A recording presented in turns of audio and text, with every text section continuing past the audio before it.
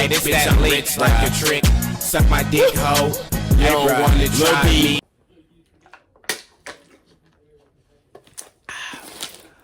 What's good, nigga? Okay. Oh my gosh, bro. Tomorrow, I get to see Across the Spider-Verse.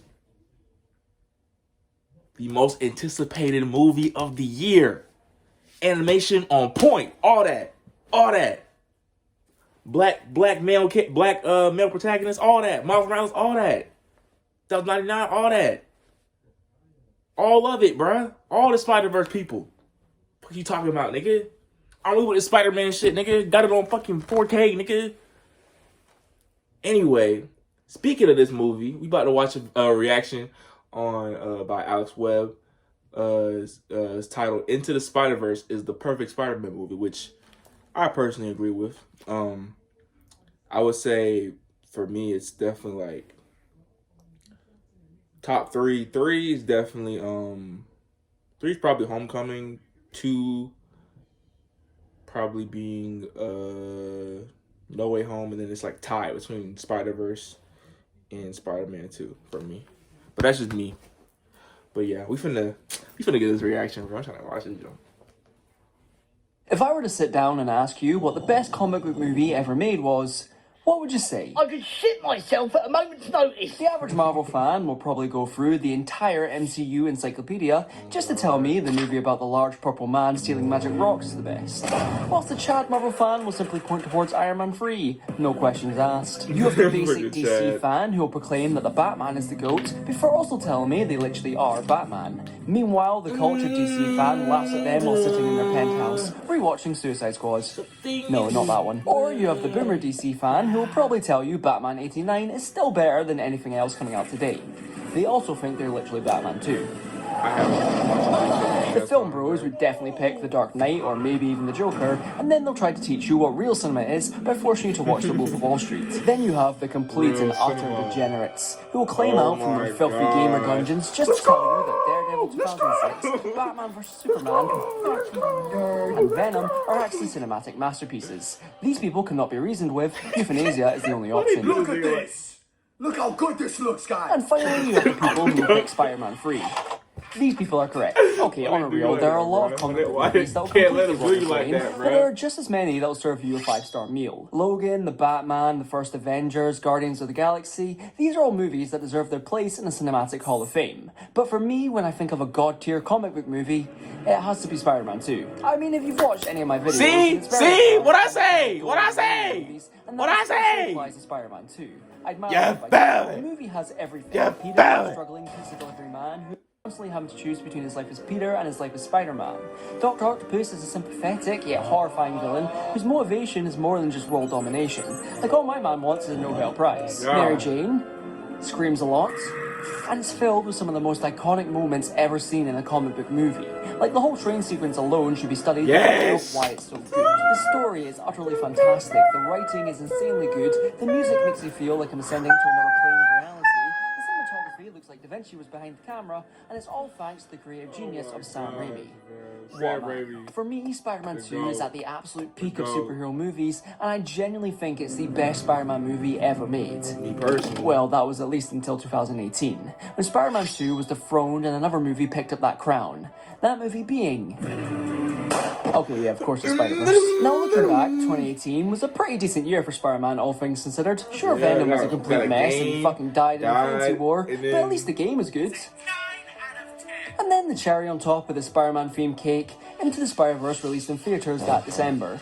Wow, what a lovely Christmas gift from Faber Sony. Unfortunately, despite the trailer showing off this gorgeously animated movie, I feel like a lot of people wrote Spider-Verse off because it was animated. What's that? A cartoon? I watched it. That's I watched that babies. scene. I need to have real people in my movie. Pause this shit. Bro, I watched that scene every time in Into Spider-Verse where his dad's talking to him through the door, like behind the door and stuff like that. That scene, that shit gets like, and then transitions to him breaking out, and then the scene of him, doing the jump off the building, bro. And the music, bro, like it's like everything, like just all of it, everything was coming together at the right time, and then it just flew. It flew, bruh. Shit fire, bruh. Shit fire. That's much better. I mean, the movie only made 300 million, and sure, that can buy a couple months worth of rent, but in comparison to every other Spider-Man movie, Spider-Verse is by far the lowest grossing, which is kind of ironic considering it's by far the best. I honestly don't understand how anyone can look at this movie and go, nah, that's not for me. Like, animated movies in general have been consistently great for a long time now, with movies like Soul, Toy Story, Ratatouille, and of course, Minions: The Rise of Gru being absolute bangers due to the huge amount of effort and passion that's been put into them. Sure, there are some very bad examples of animated movies, but Spider-Verse is clearly not that because it looks like a genuine work of art.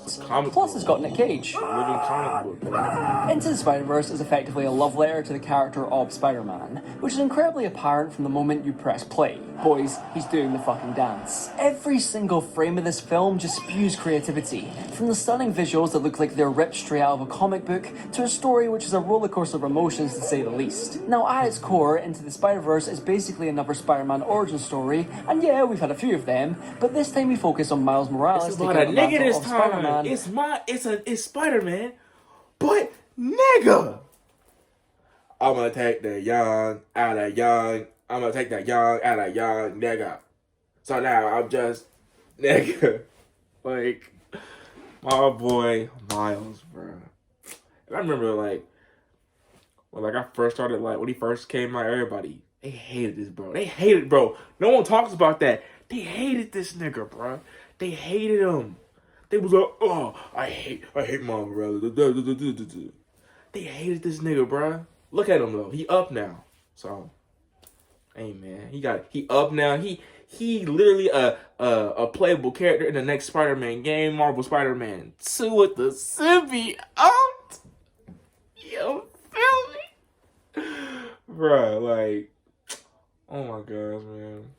Niggas don't know for real. Niggas don't know. Miles, yeah. Niggas just racist and shit and just wanna things to just be boring all the time. But hey, I'm gonna watch this movie. Bro. Oh, I just can't wait, bro. I just can't wait. After Peter Parker dies.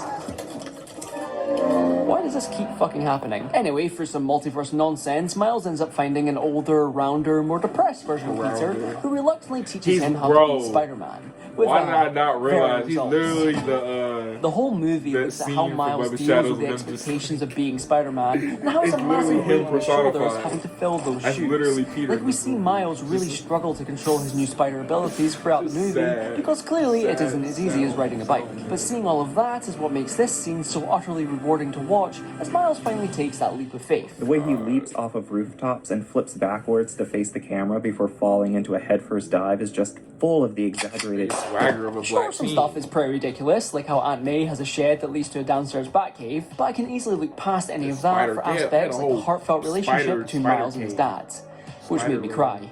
Wish I knew where my dad went. Everything just works here. The characters feel authentic, the movie doesn't feel bloated despite the insane amount of characters, Kingpin is particularly menacing. Hello everybody, my name is Markiplier and I'm here to kick your fucking ass! The comedy is incredibly well done, the emotional moments hit hard, and even the music is fucking great. I mean, admittedly, I'm not exactly the biggest Post Malone fan, but I can't lie, Sunflower gets me going. I will also say the score they use for Prowler whenever he's on screen is fucking horrifying and never ceases to jump scare me every time. Seriously though, to me, Into the Spider-Verse is just perfect, and it isn't even about Peter Parker.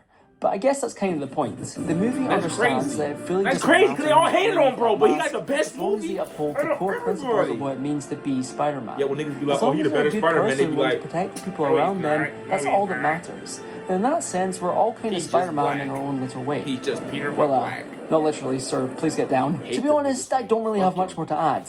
The movie's amazing. Hopefully the sequel will be just as good. Please go buy 17 copies of it on Blu-ray, and don't eat the Spider-Verse burger. Oh, and one more thing. Quick Bro, question for I'm not Sony. eating How did you go from making the best not eating a Spider-Man burger movie ever where the to buns are fucking literally this? like morbid red, like the paint color. The